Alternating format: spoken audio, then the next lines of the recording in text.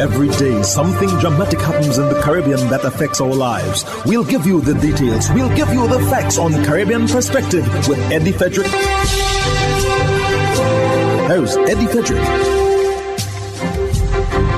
Welcome to Caribbean Perspective. So glad you can join us. The story that takes the lead in today's edition for Thursday, 13th June 2024, and brought to you in association with our friends at Antillean Group. UN Small Island Developing States deserve financial justice. Details after this important message. Believe in our strength, we'll stand by you. Protection from all, perils big and small. Reassurance we give, it's so glad to see. Peace of mind, that's our service guarantee. We look after all our family. Yes, we do at every opportunity. Antillean Group, underwriters of all classes of insurance solutions for your protection and investment. Live well financially.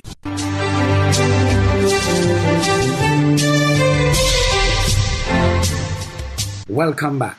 Small Island Developing States SIDS deserve financial justice and have every right to insist for developed countries to fulfill their financial commitments to assist these islands.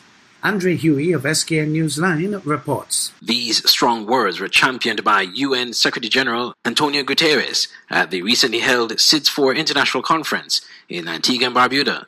Mr. Guterres outlined the challenges facing SIDS and the need for financial support for SIDS to mitigate the impact of climate change. Excellencies and friends, SIDS also need and deserve financial justice. Small island developing states have every right and reason to insist that developed economies fulfill their pledge to double adaptation finance by 2025. And we must hold them to this commitment as a bare minimum. Many SIDS desperately need adaptation measures to protect agriculture, fisheries, water resources and infrastructure from extreme climate impacts you did virtually nothing to create.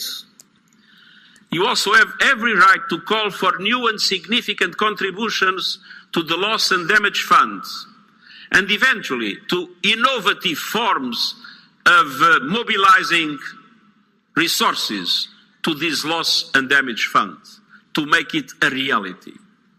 Some of your countries have suffered damage worth more than half their GDP overnight by cyclones and storms. The UN Secretary General also spoke of reforms in the works to assist SIDS to achieve effective debt relief in the midst of climate change challenges, including the ability for SIDS to access concessional financing. That is the reason why I've called for an SDG stimulus to scale up resources for developing countries and to provide effective debt relief. And I repeat, effective debt relief. In the longer term, we are working for deep reforms to the outdated, dysfunctional, and unjust global financial architecture. We need a financial system that puts the interests of developing countries first and is able to work as a global safety net. And for SIDS, that means simplifying processes to access finance. And it means revisiting the rules for access to concessional financing to include the swift endorsement of the Multidimensional Vulnerability Index. The SIDS International Conference was held in Antigua and Barbuda from May 27th to the 30th at the American University of Antigua. I'm Andre Huey for SKN Newsline. Following stinging criticism from the Hindu pundit about the UNC's current leadership and its team's star slate, Kamla Prasad-Bisesar is saying those are the words of a PNM operative. On Sunday, Charlieville pundit Satyanand Dubey encouraged devotees to support Rushton Parry in the upcoming internal elections, adding that Prasad-Bisesar and company dislike Hindus and have done nothing to uplift and protect people of Indian descent. But an old picture of the pundit has put a twist to this story. Akash Samaru of CNC3 News has more. I'm not sure too many in the congregation would have predicted that the Pundit's Sunday service on the life of Hindu saint Tulsi Das would have pivoted to this. I want to tell all you, do not make the mistake and vote for Kamala Prasad Visesa and she team. The Pundit posited that the opposition leader and star slate are poor role models. Look at the lifestyle. Is that what you want your children to become? That's what your children to be. They have done nothing for us. And if that wasn't enough, he claimed the current UNC leadership has failed to meaningfully stand up for Indo-Trinbagonian people, a segment of the population which he said suffers tremendously at the hands of criminals. She don't like Hindu people. Look at the UNC never helped one Indian person to get a permanent job. Poor Indians are suffering because of the UN, because of Kamala. And with the UNC internal elections this Saturday, don't vote for her slate, vote for Parry. Now Pandit Dubey knows a thing or two about the party he's criticizing. Here he is as the UNC's candidate for the Charleville district in the 2013 local government elections, a seat which he lost to then ILP's Faiq Mohammed. But here he is 3 years later dressed in a PNM t-shirt and publicly supporting that party's candidate in the 2016 elections. It's why in responding to his stinging criticisms, Kamala Prasad Visesa dubbed the holy man a PNM supporter. The UNC leader said her party is diverse and she will not subscribe to extremist agendas nor will she be controlled by them. But the Charleville pundit tells CNC3 News that he's still a member of the UNC, but he supported the PNM's candidate in the 2016 election because he believes it was best for the community which he serves. I'm a light member of the UNC. But if the UNC isn't serving me or serving my community, then who am I going to turn to? Pandit Dubey said he saw potential in the young PNM candidate back then. He needed assistance and I was there to help him because I saw promise in him for a better Charleville. The pundit said his frankness about the UNC's conduct has won him no friends with loyalists, but he underscored he is no PNM operative.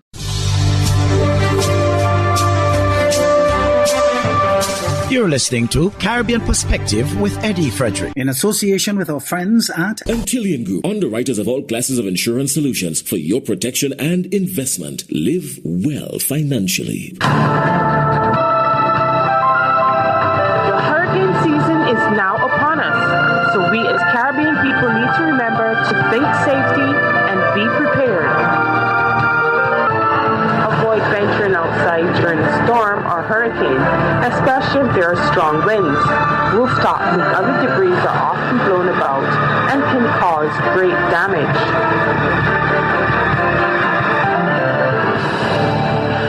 Trinidad and Tobago's Energy Minister Stuart Young says there needs to be a more realistic conversation regarding the incorporation of solar into the nation's electricity grid. And also speaking on energy matters, Chairman of the Energy Chamber, Jerome Dookie, explains that reducing the carbon intensity of the energy and industrial sectors needs to be a top priority to ensure their long-term viability. Andrea Perez-Sobers of CNC Business Watch shares more. The solar energy topic is always at the core at various energy conferences, but Energy Minister Stuart Young says there needs to be a more realistic conversation regarding the incorporation of solar into the nation's electricity grid. Speaking at the Caribbean Sustainable Energy Conference earlier today, Young explains the complexity of solar grids. The reality is to bring in feed-in solar off of rooftops around the country. Your grid has to be able to take it. Who is going to upgrade the grid? Who is going to put those substations that allow the power feed from each rooftop in to then be regulated and be put out on the national grid? Recent projections at COP 2028 revealed that emissions of greenhouse gases would be cut by 50% in 2030 to limit warming to 1.5 degrees Celsius. But Minister Young is not optimistic. Quite frankly, I'm not sure we're going to make it. And that responsibility is not really a responsibility that lies on us here in the region, but is really a responsibility that needs to be carried by the wealthy, developed and developing countries, the main emitters. Also contributing was Answer McCall's Group CEO Anthony N. Sabga III, who spoke about the green hydrogen possibilities that can support the energy sector in TNT. We can also integrate it and utilize it to power a cruise ship industry which could allow the world to come and participate, view, and enjoy our region collectively. So what's needed to make that happen? Well, a hell of a lot of investment.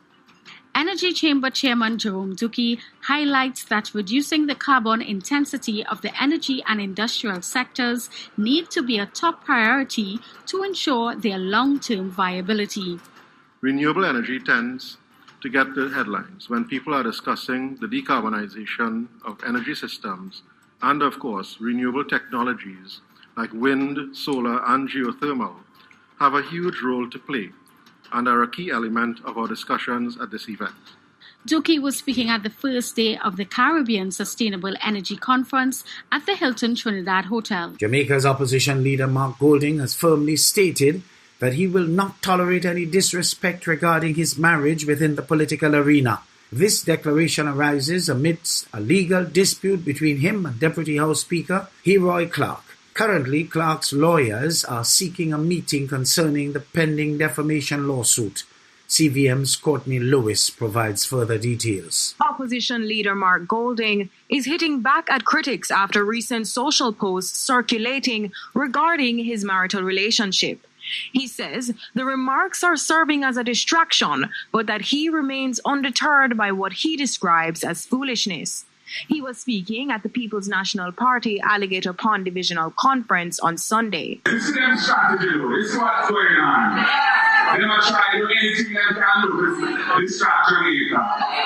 They come with all kind of foolishness. But we are not focusing on that. If they say certain things and disrespect me and my wife, my Empress Sandra, you know, say, it's not what's going on. It's not what's going on. Golding's comments come amid an overhanging defamation lawsuit that he had threatened Deputy Speaker of the House of Representatives, Heroy Clark, with. The comments were allegedly in a WhatsApp group with almost 300 members.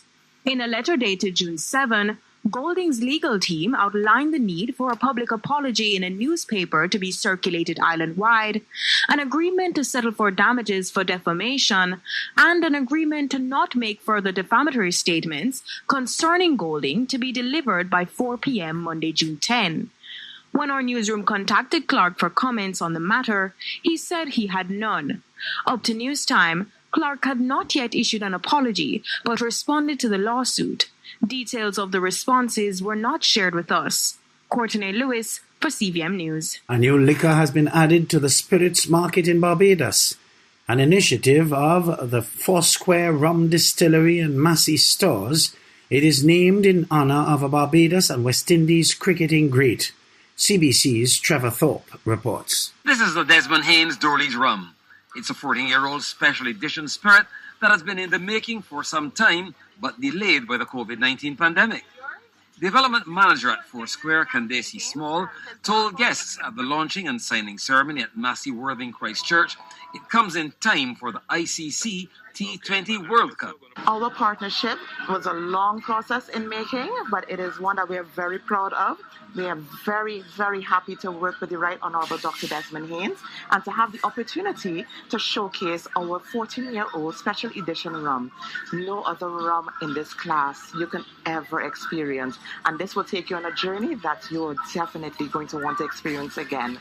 The former dashing Barbados and West Indies opener gave the thumbs up for the new rum. I'm also very happy to be in partnership with Foursquare and also with Dorley's, because our Dorley's is a very old rum, and a lot of Barbadians enjoy Dorley's rum, and having this 14-year-old, I believe it's a good special addition, and I hope that a lot of people would buy it and enjoy it as well.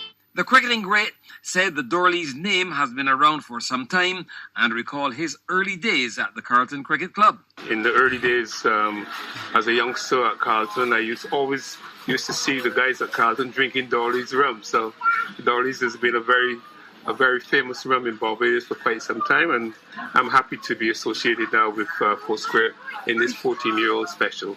The Dorley's Desmond Haynes Special Edition rum is a blend from the traditional artisanal copper pot still at the award-winning Foursquare Rum Distillery. Trevor Thorpe for the Business Report.